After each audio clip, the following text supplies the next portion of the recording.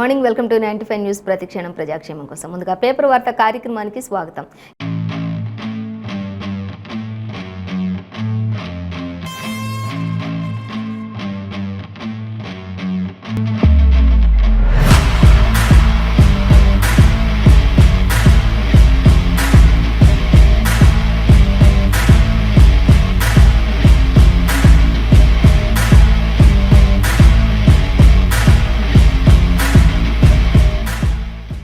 ఈ రోజు మన ముందు ఆంధ్రజ్యోతి, వెలుగు, సాక్షి దినపత్రికలు ఉన్నాయి. మరి ఏ దినపత్రికలు ఏ వార్తలు అనేది మనం మొదటిగా చూసుకున్నట్లయితే ఫస్ట్ వచ్చేసి మనం వెలుగు దినపత్రిక చూసుకుందాం.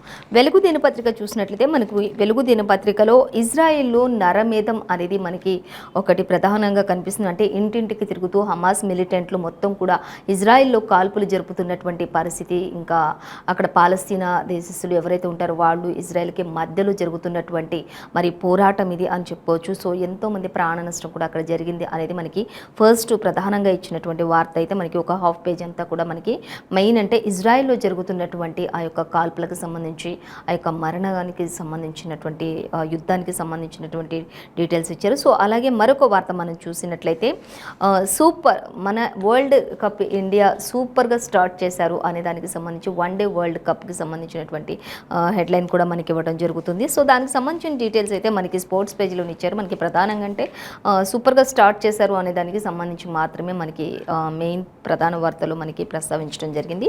సో అలాగే మరొక వార్త చూద్దాం. వరంగల్ బహిరంగ సభ దసరా తర్వాతే ఉంటుంది అంటూ ఇచ్చారు. ఇక నిన్న మొన్నటి వరకు ఈ మంత్ 16th నుంచి, అంటే యాక్చువల్లీ దసరా కంటే ముందే ఈ నెల 16న జరుగుతుంది వరంగల్లో మహాసభ అంటూ ఇచ్చారు. భారీ బహిరంగ సభ జరుగుతుంది అని చెప్పేసి బీఆర్ఎస్కి సంబంధించినటువంటి విషయం మనకు ఆల్రెడీ తెలిసిన విషయం. కానీ ఇప్పుడు ఉన్నటువంటి సిచ్యువేషన్ అయితే ఇంకా ప్రచారం మాత్రం అప్పటి నుంచే ప్రచారంలోకి కేసీఆర్ కూడా అప్పటి నుంచే వస్తారు దసరా తర్వాత అనేది కూడా మనకి ఇక్కడ ఇవ్వడం జరుగుతుంది. సో దానికి సంబంధించి మనం డీటెయిల్స్ చూస్తే ఎందుకు డేట్ చేంజ్ చేశారు అనేది కూడా చూడొచ్చు. ఇంకా కేసీఆర్కి కొంచెం ఛాతీలో ఇన్ఫెక్షన్ కారణాలు కావచ్చు, ఇలా రకరకాల కారణాల వల్ల కూడా ఉండొచ్చు అనేది కూడా మనకి ఒకటి చూసుకోవచ్చు. సో మొత్తంగా అయితే డీటెయిల్స్ చూద్దాం. అలాగే మొత్తంగా అయితే ఇంకా 16న క్యాన్సిల్ చేసేసి దసరా తర్వాత పెట్టారు అనేది కూడా మనకి ఇక్కడ ఇచ్చారు. అలాగే ఇక కాంగ్రెస్ లిస్టు కూడా ఇంకింత లేట్ జరుగుతుంది అనేది కూడా ఇచ్చారు.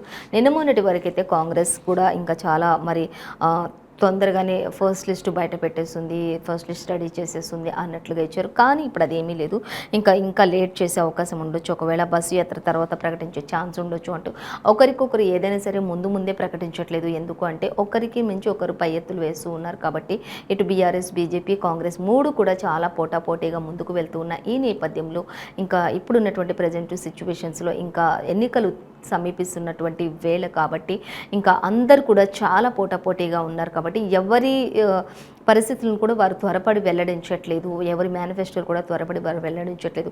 ఒక మేనిఫెస్టో వెల్లడించినప్పటికీ కూడా మరొకసారి ఇంకా ఇందులో పొందుపరిచేవి ఉన్నాయని చెప్పడం, ఇలా రకరకాలుగా మరి ఒకరినొకరు కాపీ కొట్టి లేకపోతే ఒకరికంటే ఒకరు ఎక్కువగా పథకాలు ప్రవేశపెట్టి ఇంకా మొత్తంగా గెలుపు తథ్యంగా ముందుకు వెళ్తూ ఉన్నారు. కాబట్టి ఈ నేపథ్యంలో ప్రతి ఒక్కరు కూడా ఇప్పుడు ప్రజెంట్ అయితే లేటు చేస్తూ ఉన్నారు అనేది కూడా మనకి ఇక్కడ అర్థం చేసుకోవచ్చు. సో దానికి సంబంధించి కూడా మనం డీటెయిల్గా చూద్దాం అన్ని ప్రతి ఒక్కటి కూడా.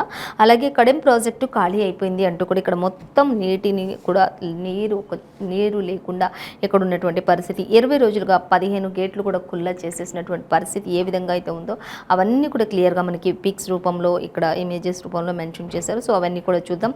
ఇక రేపు అమిత్ షా రాక జరుగుతుంది ఆదిలాబాద్ సభలో పాల్గొనేందుకు అంటూ కూడా ఇప్పుడు కేంద్ర హోంమంత్రి అమిత్ షా కూడా మరి ఇప్పుడు రేపు రాబోతున్నారు ఆదిలాబాద్లో సభలో పాల్గొనేందుకు, పార్టీని ఉద్దేశించి మాట్లాడడానికి, ప్రసంగించడానికి అన్నట్లుగా ఆయన గురించి కూడా ఇక బీజేపీ ఫస్ట్ లిస్ట్ మాత్రం 15 లేదా 16న మాత్రం కన్ఫర్మ్ చేస్తారు. మొదటి జాబితాలోని చూసుకున్నట్లయితే 38 మంది వరకు చోటు దక్కే అవకాశం ఉంటుంది అనేది అయితే మనకి క్లియర్గా ఇచ్చారు. మొదటి జాబితా 15 లేదా 16న బీజేపీది ఫస్ట్ లిస్ట్ రిలీజ్ చేస్తారు అనేది కూడా మనకి ఇవ్వడం జరుగుతుంది. మొత్తంగా మొదటి జాబితాలో ఉండే వ్యక్తులు మాత్రం 38 మంది వరకు కూడా ఉండే అవకాశం ఉంది అంటూ చోటు దక్కే అవకాశం ఉంది అనేది అయితే మనకి క్లియర్గా మెన్షన్ చేశారు. సో వాటికి ఇంకా డీటెయిల్స్ కూడా ఉన్నాయి, చూద్దాం మనం.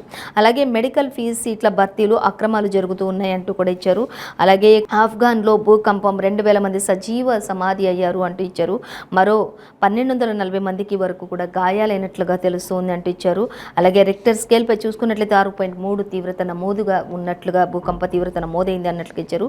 ఊర్లే మట్టి పాలైపోయినటువంటి పరిస్థితి కనిపిస్తుంది. 2000 మంది పైగానే సజీవ దహనమైనటువంటి పరిస్థితి, సమాధి అయినటువంటి పరిస్థితి కనిపిస్తుంది అంటూ ఇచ్చారు.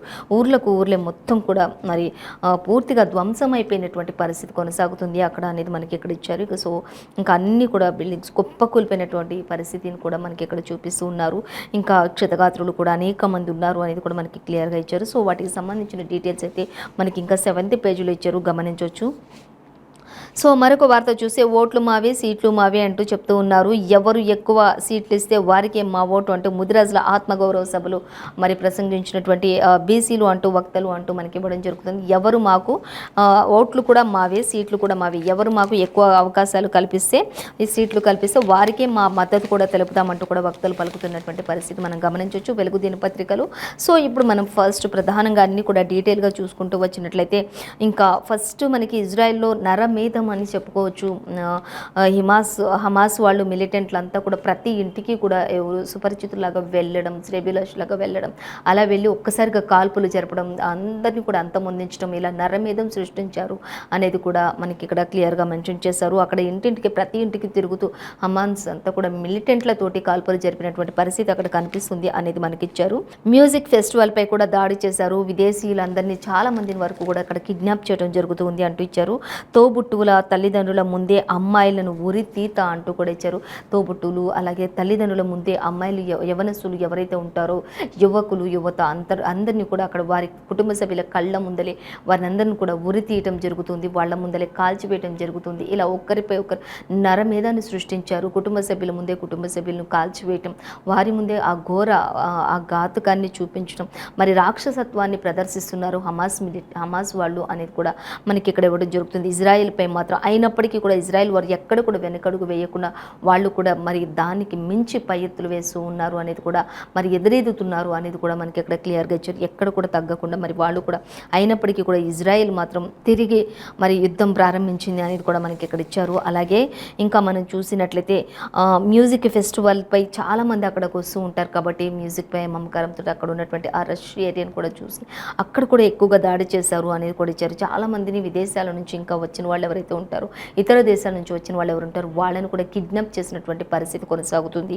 అనేది కూడా ఇచ్చారు. అలాగే జర్మన్ యువతిని చంపి నగ్నంగా ఊరేగించినటువంటి పరిస్థితి కూడా, జర్మన్ యువతి ఎవరైతే ఉంటారో వారిని చంపిన తర్వాత యువతి యవ్వనసరాలైనటువంటి ఆ యువతిని చంపిన తర్వాత నగ్నంగా అక్కడ అంతా కూడా ప్రాంతం అంతా ఊరేగించి పైశాచిక ఆనందాన్ని పొందినటువంటి పరిస్థితి కూడా హమాస్ వాళ్ళకి సంబంధించి మనకి ఇక్కడ ఇవ్వటం జరుగుతుంది. సో దానికి సంబంధించి కూడా ఇంకా మనం చూసినట్లయితే రెండో రోజు కూడా మిలిటెంట్లు ఇజ్రాయెల్ బలగాల మధ్య కొనసాగినటువంటి పోరు అంటూ కూడా ఇజ్రాయెల్ వాళ్ళ మధ్య అలాగే హమాస్ వారి మధ్య 2 రోజులుగా కొనసాగుతున్నటువంటి, ఆల్రెడీ సాటర్డే ఇది స్టార్ట్ అయింది ఫ్రైడే నైట్ నుంచి, అలాగే నిన్న కూడా మళ్ళీ ఇది కంటిన్యూ చేశారు అంటూ 2 days నుంచి 2 రోజుల నుంచి కూడా కొనసాగుతున్నటువంటి వారిద్దరి మధ్య, హమాస్ మధ్య ఇజ్రాయేలీల మధ్య 2 బలగాల మధ్య కూడా కొనసాగినటువంటి పోరు అంటూ కూడా ఇచ్చారు. ఇజ్రాయిల్లో 600 మంది గాజా స్క్రిప్ట్లోని అలాగే 400 మంది మృతి చెందినట్లుగా ఇచ్చారు. గాజా వరకు కూడా ఇది కొనసాగుతూ ఉంది అంటూ కూడా మనకి ఇవ్వడం జరుగుతుంది. గాజా స్ప్లిట్లోని 400 మంది మృతి చెందారు, ఇజ్రాయిల్లోని 600 మంది మృతి చెందారు అనేది కూడా ఇచ్చారు. మొత్తంగా మృతుల సంఖ్య కూడా ఇంకా పెరిగే అవకాశం కూడా ఉండొచ్చు అంటూ కూడా మనకి ప్రధానమైన వార్తగా మాత్రం ఒక పేజ్ మొత్తం కూడా మనకి ఇది ఇవ్వడం జరుగుతుంది. అక్కడ మ్యూజిక్ ఫెస్టివల్ ఏదైతే ఉందో అక్కడ హాజరైన వారిపై మొత్తం హమాస్ మిలిటెంట్లు విచక్షణ రహితంగా కాల్పులు జరుపుతున్న ఆ టైంలో అక్కడ పరుగులు తీస్తున్నటువంటి యువకులు మిలిటెంట్ల కాల్పులతోటి కొంతమంది అక్కడికక్కడే కుప్పకూలిపోయినటువంటి పరిస్థితి. ఆ కార్యక్రమానికి హాజరైన వారు మొత్తంగా చూసుకుంటే 200 మందికి పైగానే ఉన్నారు అక్కడ సంఖ్య అనేది కూడా మనకి ఇక్కడ క్లియర్గా ఇచ్చారు. సో అదంతా కూడా మరి అంతమంది కంటే ఎక్కువగానే ఉన్నారు. సో వాళ్ళందరూ కూడా ఎక్కడికక్కడ ఆ ప్రాంగణం నుంచి అందరూ కూడా పరుగులు తీసు బయటకు వెళ్తున్నటువంటి ఆ దృశ్యాలు ఏవైతే ఉంటాయో అవన్నీ కూడా మనకి ఇక్కడ ఇచ్చారు, చూడొచ్చు, మనం గమనించవచ్చు. అలాగే సో ఇంకా దీనికి సంబంధించినటువంటి మరిన్ని డీటెయిల్స్ మొత్తంగా అయితే ఇజ్రాయెల్కి హమాస్కి మధ్య నరమేధం కొనసాగుతుంది. మధ్య పోరాట యుద్ధం జరుగుతుంది అనేది మాత్రం మనకి ఇక్కడ ఇచ్చారు. అయినప్పటికీ ఇజ్రాయెల్ తిరిగి పోరాటం చేస్తూనే ఉంది అయినప్పటికీ కూడా అంటూ కూడా ఇచ్చారు. సో మొత్తంగా ఇంకా దీనికి సంబంధించినటువంటి డీటెయిల్స్ మొత్తం కూడా మనకి 7th పేజీలో క్లియర్గా మెన్షన్ చేశారు. ఎక్కువగా రద్దీ ఉన్న ప్రాంతాలని టార్గెట్గా చేశారు హమాస్ వాళ్ళు అనేది కూడా మనకి ఇక్కడ ఇచ్చారు. రెండు దేశాల మధ్య కూడా మొత్తం అక్కడ శాంతియుతంగా ఉండే విధంగా అధికారులు కూడా చర్యలు కొనసాగిస్తున్నారు అనేది కూడా మనకి ఇవ్వడం జరుగుతుంది. ఇంకా మరిన్ని డీటెయిల్స్ 7th పేజీలో మనం గమనించవచ్చు. అలాగే సో ఇంకా మరొక వార్త చూసినట్లయితే మనం వరంగల్ బహిరంగ సభ దసరా తర్వాతే ఉంటుంది అంటూ మనకి ఇక్కడ సీఎం కేసీఆర్కి సంబంధించి మనకి ఇక్కడ ఇవ్వడం జరుగుతుంది. ఎందుకు అనేది చూద్దాం. అప్పటి నుంచే ప్రచారంలోకి కూడా కేసీఆర్ వస్తారు అంటూ ఇచ్చారు. ప్రగతి భవన్లో కేసీఆర్ తోటి హరీష్ భేటీ అయ్యారు. మేనిఫెస్టో అలాగే ఇతర కీలక అంశాలపై కూడా చర్చ జరిపినట్లుగా తెలుస్తుంది. మంత్రి హరీష్ రావు ఆల్రెడీ అక్కడ ఆయనతో సీఎం కేసీఆర్ తోటి ప్రగతి భవన్లో ఇద్దరు కూడా జాయిన్ అయ్యారు, భేటీ అయినట్లుగా తెలుస్తుంది. అన్ని విషయాలపై కూడా వాళ్ళిద్దరూ చర్చించారు. ఈ నెల 16 నుంచి యాక్చువల్గా అక్కడ వరంగల్లో బహిరంగ సభ ఉండబోతుంది అని చెప్పి ప్రకటించినప్పటికీ కూడా కేసీఆర్ కొంచెం కోలుకున్న తర్వాత ఆ తర్వాత దసరా ఎలాగో ఉంది, ఆ తర్వాత దసరా తర్వాత అన్ని కూడా ప్రచారంలోకి కూడా కేసీఆర్ కూడా దిగుతారు. ఆ తర్వాత అన్నీ కూడా కొనసాగిద్దామన్నట్లుగా వాళ్ళిద్దరూ మాట్లాడుకున్న తర్వాత ఒక కొలిక్కి వచ్చిన తర్వాత ఈ విషయాన్ని మనకి వెల్లడించడం జరుగుతుంది. ఇక ఆ టైంలోనే ఇంకా అంతా కూడా ఇతర అంశాలపై అన్ని కీలక అంశాలపై కూడా ప్రతి ఒక్క దాని గురించి కూడా చర్చిద్దాం అన్నట్లుగా కూడా ఇద్దరు కూడా మాట్లాడుకున్నటువంటి పరిస్థితి మనకి ఇక్కడ ఇచ్చారు. అలాగే చెస్ట్ ఇన్ఫెక్షన్ నుంచి కాస్త కోలుకున్నటువంటి సీఎం కేసీఆర్ అంటూ ఇచ్చారు. రేపు క్యాబినెట్ మీటింగ్ పెట్టే ఛాన్స్ కూడా ఒకవేళ ఉండొచ్చు. ఇప్పటికే చెస్ట్ ఇన్ఫెక్షన్ తోటి చిన్న చిన్న ఇన్ఫెక్షన్స్ తోటి ఆయన కొంచెం బాధపడుతున్నటువంటి పరిస్థితి ఆల్రెడీ మనకి తెలిసిందే. సో దాని ద్వారా ఇంకా కొంచెం కోలుకునే అవకాశం ఉంది. కాబట్టి రేపు ఒకవేళ ఇప్పుడైతే ప్రజెంట్ ఆరోగ్య పరిస్థితి అయితే బాగానే ఉంది. సో ఇంకా ఒకవేళ రేపు ఇంకా క్యాబినెట్ మీటింగ్ పెట్టే ఛాన్స్ ఉంటుంది. అందులో ఇంకా మరిన్ని విషయాలు కూడా వెల్లడించే అవకాశం ఉండొచ్చు. సీఎం కేసీఆర్ రాష్ట్ర ముఖ్యమంత్రి వర్యులు అంటూ కూడా మనకి మంత్రి హరీష్ రావు తెలియచేయడం జరుగుతూ ఉంది. ఇంకా దసరా తర్వాత మాత్రం వరంగల్లో బహిరంగ సభ ఉండబోతుంది. ఇప్పుడు 16న అనేది అది లేదు, క్యాన్సిల్ అయింది అన్నట్లుగా మాత్రం మనకి క్లియర్గా మెన్షన్ చేశారు. సో మరొక వార్త చూద్దాం. ఇంకా చూసినట్లయితే కాంగ్రెస్ లిస్టు ఇంకింత లేట్ అయ్యేటట్లుంది అంటూ మనకి ఇక్కడ ఇవ్వటం జరుగుతుంది. బస్సు యాత్ర తర్వాత ప్రకటించే ఛాన్స్ ఉండొచ్చు. కాంగ్రెస్ ఫస్ట్ లిస్టు అనేది కూడా అంటే ఎంతమందికి చోటు దక్కుతుంది, ఎవరెవరికి ఇందులో ప్రాధాన్యత ఇస్తున్నారు, ఎవరెవరు దేనికి సంబంధించి ఉండబోతున్నారు అనే దానికి సంబంధించినటువంటి లిస్టు ఇప్పుడు ప్రజెంట్ బస్సు యాత్ర కొనసాగుతుంది కాబట్టి ఆ తర్వాత ప్రకటించే ఛాన్స్ ఉంది అన్నట్లుగా మనకి ఇవ్వడం జరుగుతుంది. ఇక అభ్యర్థుల ఎంపిక విషయంలో కూడా తర్జన భర్జనలో ఉన్నారు ప్రజెంట్ అయితే అంటూ ఇచ్చారు. అలాగే ఇక స్క్రీనింగ్ కమిటీ భేటీలో భిన్నాభిప్రాయాలు కూడా ఉన్నాయి అక్కడ అనేది కూడా మనకి ఇవ్వడం జరుగుతుంది. ఇంకా కొన్ని సీట్ల విషయంలో కూడా ఇంకా ఒక స్పష్టత అనేది కూడా వ్యవస్థలో రావట్లేదు. కొన్ని సీట్ల విషయంలో అంటే కొంతమందికి ఈ సీట్ కేటాయించాలి ఇలాంటివి అవన్నీ కూడా ప్రస్తుతం ఉన్నటువంటి పరిస్థితుల్లో మాత్రం ఒక స్పష్టత అనేది ప్రజెంట్ రావట్లేదు అనేది అయితే మనకి ఇక్కడ ఇచ్చారు. లిస్టు లేట్ అవుతుండటంతో బస్సు యాత్రకు పార్టీ ప్లాన్ చేశారు. ఇక 15న ఆదిలాబాద్ నుంచి ప్రారంభించినటువంటి ప్రియాంక 15 నుంచి స్టార్ట్ చేశారు. 18, 19, 20వ తేదీలో యాత్రలోని పాల్గొననున్నటువంటి రాహుల్ 15 నుంచి ప్రియాంక గాంధీ బస్సు యాత్ర స్టార్ట్ చేస్తారు. ఆ తర్వాత 18, 19, 20న మాత్రం రాహుల్ గాంధీ కూడా దీంట్లో కలిసిపోతారు అంటూ కూడా దీంట్లో యాడ్ అవుతారు అంటూ కూడా ఇచ్చారు. సో మొత్తంగా అంతా కూడా బస్సు యాత్ర ప్రారంభిస్తారు, అంతా తిరుగుతారు. తిరిగిన తర్వాత ప్రజలందరికీ కూడా 6 గ్యారెంటీలు ఏవైతే ఉంటాయో వాటికి సంబంధించి మరి ఇంకా రానున్న రోజుల్లో మేనిఫెస్టోలు ఇంకా కొన్ని పొందుపరిచే అవకాశం ఉండొచ్చు అంటూ కూడా ఒక విషయాన్ని అయితే వెల్లడించడం జరిగింది. సో అవి కూడా ఇంకా చెప్పడం జరుగుతుంది. ప్రతి ఇంటికి 6 గ్యారెంటీల కార్డును కూడా అందజేస్తూ ఉన్నటువంటి పరిస్థితి. అలాగే పార్టీ బలోపేతానికి ఇంకా బస్సు యాత్ర కూడా ప్రారంభిస్తున్నట్టుగా తెలుస్తూ ఉంది అనేది మనకి క్లియర్గా అయితే ఇచ్చారు. మొత్తంగా కాంగ్రెస్ లిస్టు రావడానికి అయితే ఇంకా టైం పడుతుంది అనేది అయితే ఇచ్చారు. ఎందుకంటే అందులో ఎవరెవరికి ఏమి ఇవ్వాలి అనే దాని విషయంలో అభ్యర్థుల ఎంపిక విషయంలో మాత్రం కాస్త తర్జన భర్జనగా ఉంది అనేది కూడా మనకి ఇక్కడ ఇవ్వడం జరుగుతుంది. సో మరొక వార్త చూద్దాం. ఇక కడెం ప్రాజెక్టు ఖాళీ అయిపోయింది. 20 రోజులుగా 15వ గేటు కూడా కుల్లా చేసేసినటువంటి పరిస్థితి. రోజు 1500 క్యూసెక్ల నీరు వృధా అయిపోతూ ఉంది ఇక్కడ అంటూ కూడా మనకి ఇవ్వడం జరుగుతుంది. మరో 15 రోజుల్లోనే రిజర్వాయర్ పూర్తిగా ఖాళీ అయ్యే ప్రమాదం కూడా పొంచి ఉంది అక్కడ కడెం ప్రాజెక్టుకు సంబంధించి. 65,000 ఎకరాలు అడ్డుకట్ట ఆయకట్టుకు 65,000 ఎకరాలకు ఆయకట్టు ప్రశ్నార్థకంగా ఉండడం అయిపోయింది అంటూ ఫండ్స్ లేక రిపేర్లు కూడా బంద్ చేసేసినటువంటి పరిస్థితి కొనసాగుతుంది. అక్కడ ఉన్నటువంటి కడెం ప్రాజెక్టుకి సంబంధించి నీటి మొత్తం కుళ్ళ అయిపోయే పరిస్థితి కూడా కొనసాగుతుంది. ఆ తర్వాత అది ఒక భయంకరమైన పరిస్థితి, ప్రమాదకరంగా మారే పరిస్థితి కూడా ఉండొచ్చు అని కూడా అధికారులు తెలియచేయడం జరుగుతుంది. మొత్తంగా అయితే ఇంకా ఇప్పుడు ఫండ్స్ లేకని ఈ యొక్క రిపేర్లు కూడా చాలా వరకు బంద్ అయినట్లుగా తెలుస్తుంది అంటూ మనకి కడెం ప్రాజెక్టుకి సంబంధించి ఇచ్చారు. అలాగే ఇక రేపు అమిత్ షా రాక అంటూ కూడా ఇచ్చారు. సో దేనికి అనేది చూసుకున్నట్లయితే మనకి ఆదిలాబాద్ సభలో పాల్గొనున్నటువంటి కేంద్ర హోంమంత్రి అమిత్ షా, అలాగే సికింద్రాబాద్లోని మేధావుల సభకు కూడా హాజరు కాబోతున్నారు అనేది కూడా అమిత్ షాకు సంబంధించి ఇచ్చారు. శంషాబాద్ నోవాటల్లో కూడా పార్టీ నేతలతోటి మీటింగ్లో కూడా అమిత్ షా పాల్గొనబోతున్నారు అంటూ ఇచ్చారు. ఇక బీజేపీ ఫస్ట్ లిస్ట్ అయితే 15న లేదా 16న కూడా ప్రకటిస్తారు అనేది కూడా మనకి క్లియర్గానే మెన్షన్ చేశారు. మొదటి విడతలో మాత్రం మొదటి జాబితాలో 38 మంది వరకు కూడా చోటు దక్కే అవకాశం ఉంటుంది అంటూ కూడా ఇంకా బీజేపీ మాత్రం మనకి ముందుగానే వివరించడం జరుగుతుంది. ఫస్ట్ లిస్ట్ గురించి 38 మంది వరకు కూడా ఛాన్స్ ఉంటుంది అంటూ ఇంకా వాటికి సంబంధించి డీటెయిల్స్ అన్నీ కూడా మనకి 5th పేజీలో గమనించవచ్చు. మొత్తంగా రేపు అమిత్ షా రాకతోటి ఇంకా కొన్ని సభలు, కొంతమందితో భేటీ అవ్వటం, ఇలా సికింద్రాబాద్లో మేధావు సభకు హాజరవ్వటం, అలాగే ఇంకా శంషాబాద్ నోవాటల్లో జరిగేటటువంటి ఆ భేటీలో కూడా పార్టీ నేతలందరితో కూడా మాట్లాడే అవకాశం ఉండొచ్చు అంటూ కూడా అన్ని కూడా క్లియర్గా మనకి వివరించారు. అలాగే ఇక మరొక వార్త చూస్తే మెడికల్ పీజీ సీట్ల భర్తీకి అక్రమాలు జరుగుతున్నాయి అంటూ మనకి ఇక్కడ ఇవ్వడం జరుగుతుంది. నాన్ సర్వీస్ డాక్టర్లకు ఇన్ సర్వీస్ కోటాలో సీట్లు ఇస్తున్నారు అనేది కూడా ఒక వార్త అయితే మనకి మెడికల్కి సంబంధించి ఇచ్చారు. ఇక కాలేజీ వర్సిటీల తీరుపై మండిపడుతున్నటువంటి మెడికోలు అంటూ కూడా ఇచ్చారు. మొత్తంగా అయితే ఇంకా సర్టిఫికెట్లు కూడా రివాల్యుయేషన్ చేయాలని చెప్పేసి డిమాండ్ చేస్తున్నటువంటి పరిస్థితి. అధికారులు కనుసన్నల్లోనే ప్రతి ఒక్కటి కూడా అవకతవకలన్నీ కూడా జరుగుతూ ఉన్నాయి. ఎక్కువగా మరి అమ్ముడుపోతూ ఉన్నాయి, మెడికల్ సీట్లు అమ్ముడుపోతూ ఉన్నాయి అన్నట్లుగా ఇచ్చారు. ఇవన్నీ కూడా అధికారుల యొక్క కనుసన్నల్లోనే జరుగుతూ ఉన్నాయి అంటూ కూడా ఆరోపిస్తున్నటువంటి మెడికోలు అంటూ కూడా ఇచ్చారు. మొత్తంగా హైదరాబాద్లో చూసుకుంటే మొత్తం ఏం జరుగుతుంది అనేది కూడా మనకి మెడికల్ కాలేజెస్కి సంబంధించి మొత్తం కూడా డీటెయిల్స్ 4th పేజీలో ఇచ్చినట్లుగా గమనించవచ్చు. మనకైతే మెడికల్ పీజీ సీట్ల భర్తీలోని అవకతవకలు, అక్రమాలు జరుగుతున్నాయి అనేది మాత్రం ప్రధానంగా ప్రస్తావించారు. ఇక మిగతా డీటెయిల్స్ అన్నీ కూడా మనకి 4th పేజీలో ఇచ్చినట్లుగా చూడొచ్చు. దీంతో మెడికోలు అందరూ కూడా కొంత ఆగ్రహం వ్యక్తం చేస్తున్నారు అంటే ఇన్ సర్వీసెస్ వాళ్ళు కావచ్చు, నాన్ సర్వీసెస్ కావచ్చు, డాక్టర్స్ వాళ్ళ కోటాల్లో సీట్లు తారుమారవుతున్నాయి అనేది కూడా వాళ్ళ యొక్క వాదన ఉంది అనేది మనకి క్లియర్గా మెన్షన్ చేశారు. అలాగే ఇక మరొక వార్త మనం చూసినట్లయితే ఓట్లు మావే సీట్లు మావే అనేది చూస్తే ఎవరు ఎక్కువ సీట్లు ఇస్తే వారికే మా ఓటు మద్దతు ఉంటుంది అంటూ కూడా ముదిరాజుల ఆత్మగౌరవ సభలో వక్తలు చెప్పినటువంటి విషయం ఇది అంటూ మనకి ఇక్కడ ఇచ్చారు. ఇంకా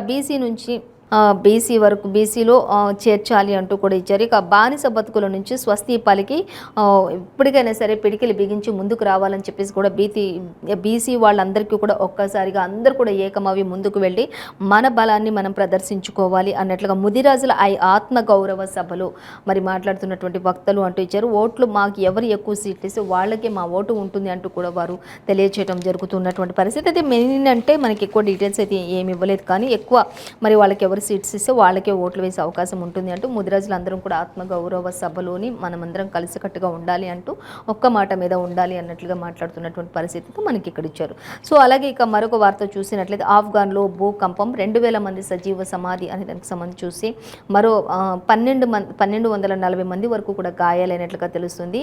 రిక్టర్ స్కేల్పై దీని యొక్క తీవ్రత చూసినట్లయితే 6.3 తీవ్రతగా నమోదైనట్లుగా తెలుస్తుంది. భూకంప తీవ్రత అనేది కూడా మనకి ఇక్కడ ఇచ్చారు. ఇక ఊర్లే మట్టిపాలైపోయి మట్టిలో సమాధి అయిపోయినటువంటి పరిస్థితి కనిపిస్తుంది. 1320 ఇళ్ళు వరకు పూర్తిగా ధ్వంసం అయిపోయినటువంటి, అంటే దాదాపుగా 1500 ఇళ్ళు మొత్తం కూడా పూర్తిగా లోపలికి ధ్వంసం అయిపోయినాయి, సమాధిలాగా అయిపోయినాయి. అక్కడ ఇల్లు లేని ప్రాంతం, నిర్మానుష్యమైన ప్రాంతంగా ఆ భూకంప తీవ్రతకు మొత్తం లోపలికి వెళ్ళిపోయినటువంటి పరిస్థితి. ఇంకా ఎంతమంది మరణించారు ఏంటి అనేది కూడా మృతుల సంఖ్య కూడా పెరిగే అవకాశం ఉంది అంటూ కూడా ఆఫ్ఘన్కి సంబంధించి కూడా మనకి ఇక్కడ ఇవ్వడం జరుగుతుంది భూకంప తీవ్రతను బట్టి.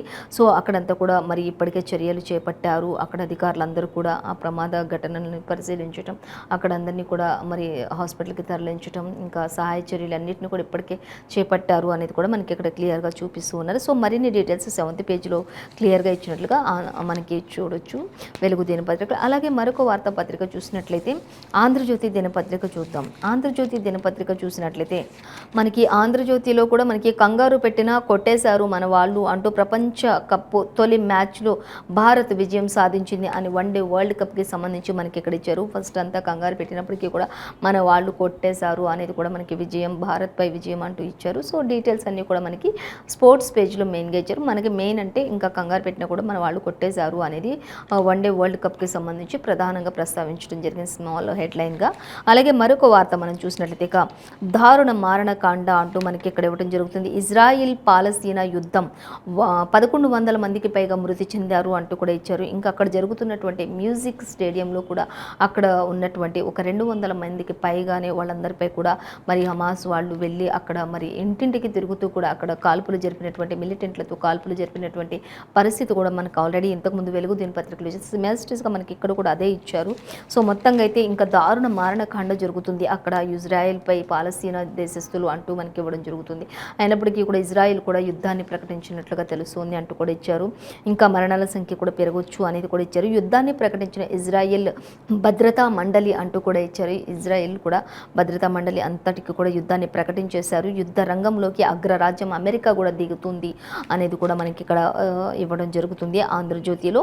అలాగే ఇజ్రాయెల్ అలాగే క్వారియన్ స్ట్రైక్ గ్రూప్ తరలించినట్లుగా తెలుస్తుంది. 66,000 కోట్ల ఆర్థిక సాయం కూడా ప్రకటించినట్లుగా తెలుస్తుంది. నేటి నుంచి తీవ్రతరం కానున్నటువంటి పోరు అంటూ కూడా ఇప్పుడు జరుగుతున్నటువంటి ఇజ్రాయెల్కి పాలస్తీనాకి మధ్య జరుగుతున్నటువంటి ఈ హమాస్ యొక్క మిలిటెంట్ల కాల్పులు ఏవైతే ఉంటాయో యుద్ధ వాతావరణం ఏదైతే ఉంటుందో అది ఇంకా ఇప్పుడు ఇజ్రాయెల్ కూడా మరి భద్రతా దళాలు ఎవరైతే ఉంటారో వాళ్ళకి యుద్ధాన్ని ప్రకటించేశారు. తిరిగి యుద్ధం చేద్దామని చెప్పేసి దాంతో ఇంకా అమెరికా కూడా స్పందించింది. కాబట్టి కొన్ని వేల కోట్లను కూడా మరి సహాయం చేయడానికి ఆర్థిక సాయం చేయడానికి ప్రకటన కూడా చేసింది. కాబట్టి ఇప్పుడు యుద్ధం అనేది ఇంకా తీవ్రతరం అయ్యే అవకాశం ఉండొచ్చు అంటూ కూడా ఇంకా పోరు ఇంకా ఎక్కువ అవుతుంది అన్నట్లుగా మనకి ఇక్కడ ఇచ్చారు.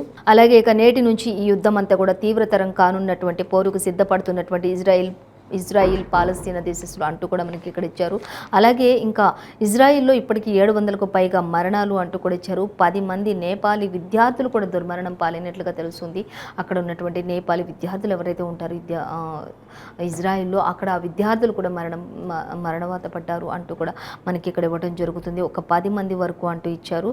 కొన్ని దేశాలు అయితే శాంతిని నెలకొల్పాలంటూనే కొన్ని మాత్రం ఇప్పుడు హమాస్కు మద్దతుగా ఇరాన్ కూడా నిలిచింది. ఇంకా వారితో ఇంకా అనేక మంది కూడా ఉన్నారు అనేది కూడా మనకి ఇక్కడ ఇచ్చారు. ఇజ్రాయెల్పై దాడికి గర్వకారణం అంటున్నారు. అంటే ఇజ్రాయెల్పై ఎవ్వరు కూడా దాడి చేయలేరు అనేది ఒకటి ఉంటూ ఉండేది ఇంతకుముందు. కానీ ఇప్పుడైతే ఇజ్రాయెల్పై ఎవ్వరు కూడా త్వరపడి అసలు దాడి చేయలేరు. ఎందుకంటే ఇజ్రాయెల్కి చాలా ఎక్కువ మరి బలసౌరులు ఉంటారు. కాబట్టి అక్కడ యుద్ధ వాతావరణం అనేది ఒక్కసారి వచ్చిందంటే ఇజ్రాయెల్ దేన్నైనా తట్టుకోవడానికి రెడీగా ఉంటుంది. కాబట్టి అలాంటి ఇజ్రాయెల్పై ఎవరు కూడా వెళ్ళడానికి ముందుకు వెళ్ళలేరు. అలాంటి ఇజ్రాయెల్పై ఇప్పుడు హమాస్ దాడికి దిగింది. కాబట్టి ఇరాన్ చాలా గర్వంగా ఫీల్ అవుతున్నాను అన్నట్లుగా మాట్లాడుతున్నటువంటి పరిస్థితిని అయితే మనకి ఇక్కడ ఇవ్వడం జరుగుతుంది.